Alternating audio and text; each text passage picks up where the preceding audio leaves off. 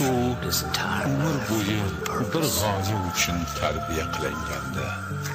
Insoniyat tarixidagi eng yaxshi jangchi bo'lish.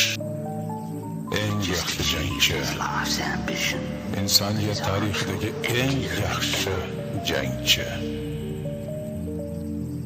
Uning orzulari amalga oshdi. Ammo qalbida avvaldan qolgan bir bo'shliqni his qildi. U bu yerga so'nggi dushmanini yo'q qilish uchun kelgandi.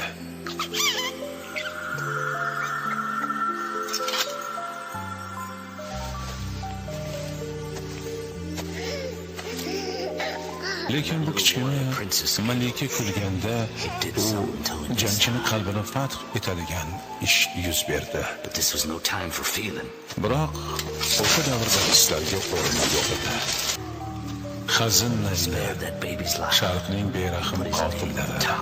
Bu bolaning hayotini saqlab qolgani uchun jangchi o'z ismini qabilasi ajdodlari ustiga yozdi.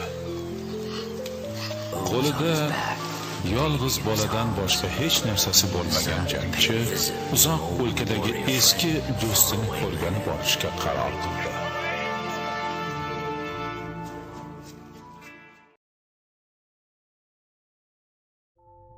Assalomu alaykum hurmatli kuzatuvchilar. Sizlar bilan Film Sharhi kanali va men bugun sizlarga 2010-yilda suratga olingan Jangchi yo'li deb nomlangan filmning qisqacha mazmunini aytib beraman.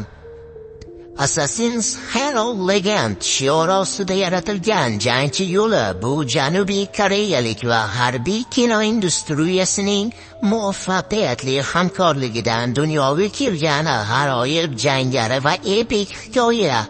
Film tomoshabinni go'zal vizual effektlar, dramatik syujet va noan'anaviy qahramonlik yo'li bilan o'ziga tortadi.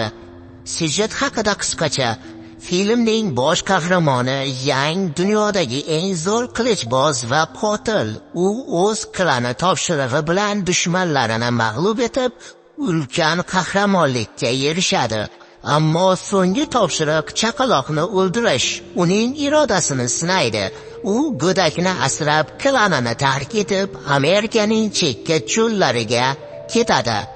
Yang tinchlik izlab bu qashshoq shaharchada yashashga qaror qiladi.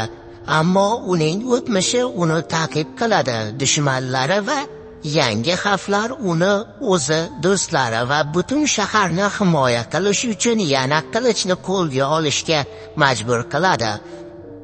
Filmning asosiy afzalliklari g'arblik va sharqlik uslublarning uyg'unligi. Filmda g'arbiy kovboy filmlari elementlari sharqona jang san'ati va usullari mahorat bilan birlashtirilgan. Bu esa filmni betakror qiladi. Vizual effektlar va estetika. Har bir sahna komiks uslubida yaratilgan. Ajoyib suratga olish usullari va yorqin palitra bilan to'ldirilgan. Aktyorlar o'yini.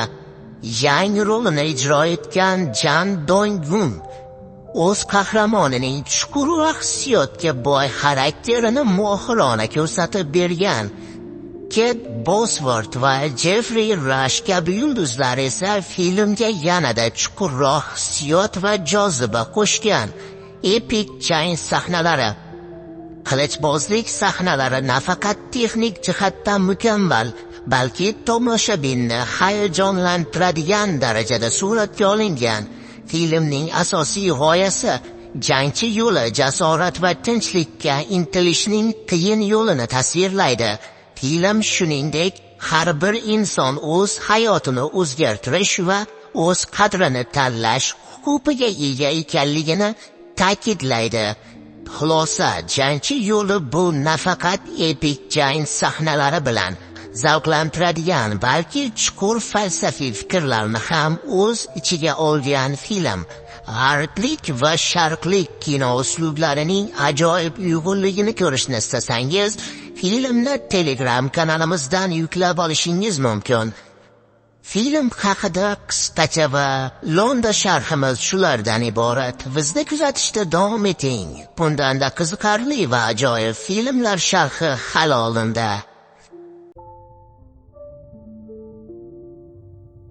Обзор фильма «Путь воина», созданный под слоганом «Убийца». Герой, легенда «Путь воина» представляет собой невероятную боевую и эпическую историю, рожденную в результате успешного сотрудничества южнокорейской и западной киноиндустрий. Фильм завораживает зрителей прекрасными визуальными эффектами, драматичным сюжетом и нетрадиционным героизмом. Кратко о сюжете. Главный герой фильма Ян – величайший в мире фехтовальщик и убийца. Он достигает великого героизма, побеждая врагов во имя своего клана. Но последнее задание – убийство ребенка – испытывает его волю. Он усыновляет ребенка, бросает свой клан и бежит в отдаленные пустыни Америки. Ян решает поселиться в этом обедневшем городе в поисках мира. Но его прошлое преследует его. Враги и новые опасности заставляют его снова взяться за меч, чтобы защитить себя, своих друзей и весь город. Главные преимущества фильма – смешение западного и восточного стилей. Фильм искусно сочетает элементы западных ковбойских фильмов с восточными боевыми искусствами и приемами. Это и делает фильм уникальным. Визуальные эффекты и эстетика. Каждая сцена наполнена потрясающей операторской работой и яркой палитрой, созданной в стиле комиксов. Игра актеров Чан Дон Гун, сыгравший роль Яна, искусно передал глубокий и эмоциональный характер своего персонажа. Такие звезды, как Кейт Босуорт и Джеффри Раш, придали фильму еще больше глубины и очарования. Эпические сцены сражений. Сцены фехтования не только технически совершенны, но и сняты таким образом, что захватывают зрителя. Основная идея фильма «Путь воина» изображает трудный путь мужества и стремления к миру. В фильме также подчеркивается, что каждый человек имеет право изменить свою жизнь и выбрать свою судьбу. Заключение «Путь воина» – фильм, который не только развлекает эпическими батальными сценами, но и содержит глубокие философские мысли.